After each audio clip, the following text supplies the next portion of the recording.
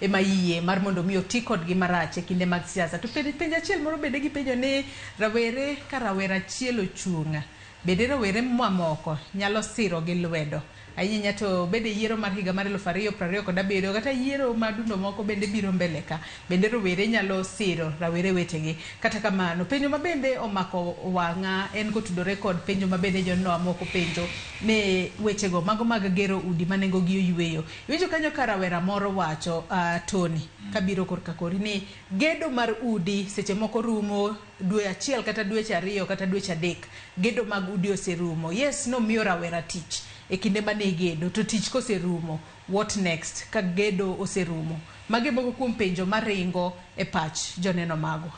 Mokuongo ka chako gi penjo mar chung' no ka wuoyo ka ng'ama osechung' higa mar 2022, nyalo wacho ni nitie youths machung' gi youths gi rawere wetegi kendo sama gichung' kamano. Koro daher mana mar jiwo ng'ata rawere moro amora machung' ni mondo gimed chung' nikech ok en sama uriwori cha to ok obed mapek kaka dobedo.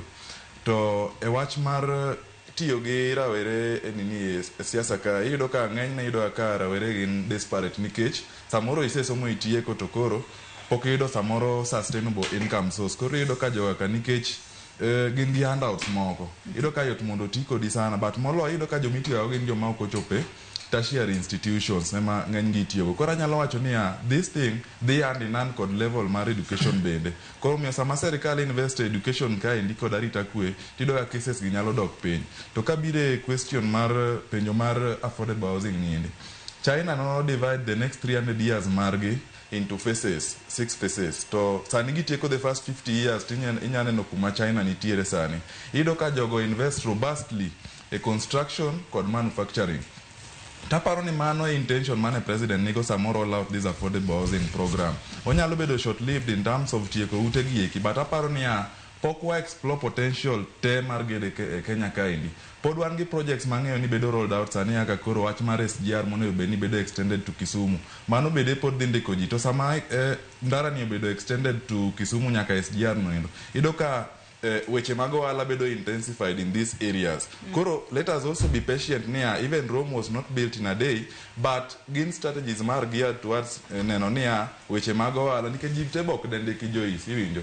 According to Kenya National Bureau of Statistics, you don't need the formal sector mar Kenya ni mana gi almost G million ang'wen kende. To an almost G 50.5 million. Koro jo modong gi kite nyaka ang gibed mana informal sector kai. Informal sector kai indi en ohala to gi service industry. Gima kikuiwa wilgo kendo en agriculture. Maisena no ka president temo subsidize production instead of subsidizing consumption. Okay, lo fertilizer mar mondo mi ji odonje agriculture. Koro let us not kikwa tem leapfrog.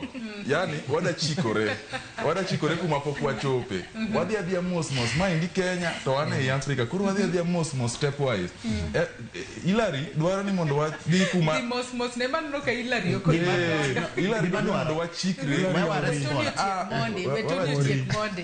Hilary dwaro ni wachikre. To mane gima inyo aka Kenya gi kaka Africa nikech one strength marwa, wan gi a lot of arable land en agriculture kaendi. Tiyudo ka countries kaka Uganda gi Tanzania, the moment ma wanyalo bedo food secure, to problems ma gin secondary. Ineno sami nyalo yudo chiemo cha, to kata ka samoro ni onge tich, pod you can live.